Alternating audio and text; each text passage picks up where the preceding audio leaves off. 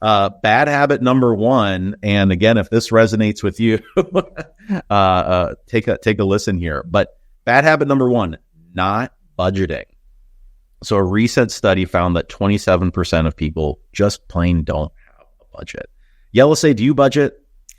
I absolutely budget. I think I budget to an alarming degree. I think I can tell you about every expense from the last, I don't know, probably 10 years.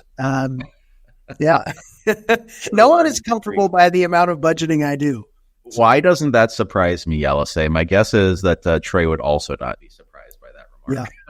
Well, what you're saying, and it's actually you obviously haven't listened to last week's podcast when we covered budgeting, and there's a Harris poll that we discussed that showed that 74% of Americans actually said that they had a monthly budget.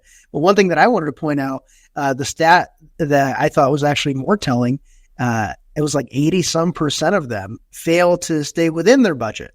Right. So I made the point, like, what's the point? Yeah, for sure.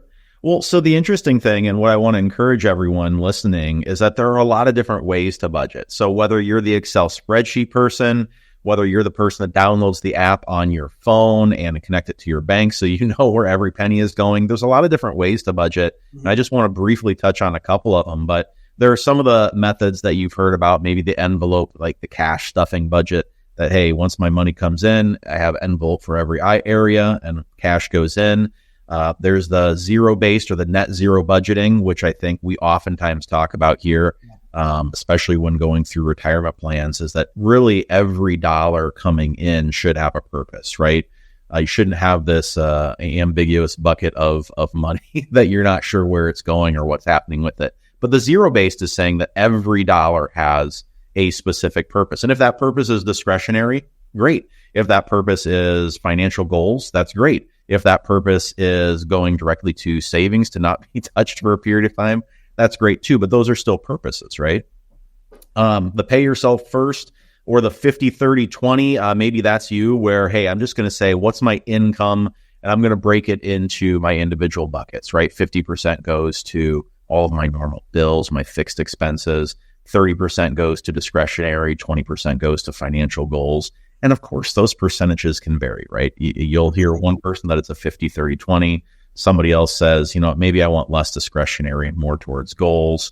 Other people will say, well, your goals, if your goal is a new boat, that's discretionary anyway. Hey, I don't have a problem with that. The point is to know where the funds are going, right?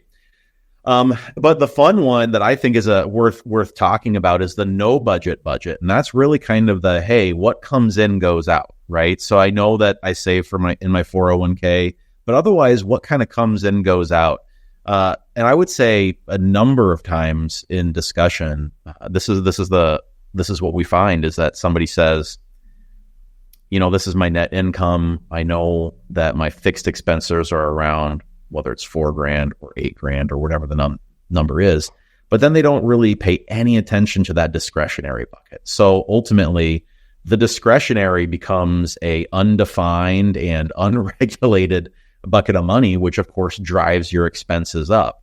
So Yelisey, you track every penny. Would you think that you fall more into the 50-30-20, or are you more zero-based, or categorically speaking, what do you fall into?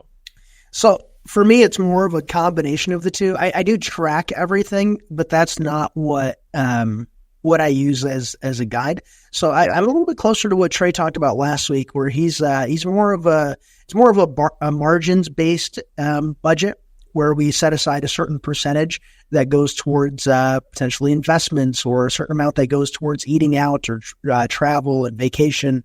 A variety of categories that we have, and I think the majority, for most people, if you're barely making it, if what comes in goes out every single month, it's really hard to allocate a certain percentage towards retirement savings. It's really hard to make sure that your emergency fund is as high as it needs to be. And we've talked about this a lot, where you should have at least 3 months in savings. And if actually, if you're married and you're the only one who's working, you should have 6 months of expenses in your savings account, having an emergency fund. And I think that if you don't do it automatically, what we find is it's very difficult to do. Most people just don't. So if they don't have a certain amount that's being set aside automatically, whether you're doing it by a dollar amount or a margin, a certain percentage of your income, it just doesn't end up happening. But that's kind of how my wife and I do it. We have a certain percentage set aside for each category, and we try to stay within that percentage, with the majority, or as much as we can, going towards retirement savings and investments. Yeah, I think I would say that's really similar for in my household as well. And you have to identify what the needs are. And of course, we've got 4 kids, so I feel like as the kids get older, the percentage it's allotted towards kids' activities and sports and camp and you name it, that bucket seems to be growing. Yeah, let's say, I don't know if you've reached that yet, but for us, that bucket seems to be growing quite a bit. But what I would tell everybody and encourage you is just simply that, hey, if you've not gone through any type of budgeting exercise, in any capacity, there's a number of different ways to do it. And the first time you do it may not be the most fun in the world, but it's absolutely well worth doing, because ultimately the no budget plan or the not having a budget, you're going to end up having a lot of your dollars, your hard-earned dollars that don't have a purpose, and end up eating away at your goals, your retirement plan, all of those things. So definitely dive into the budgeting piece.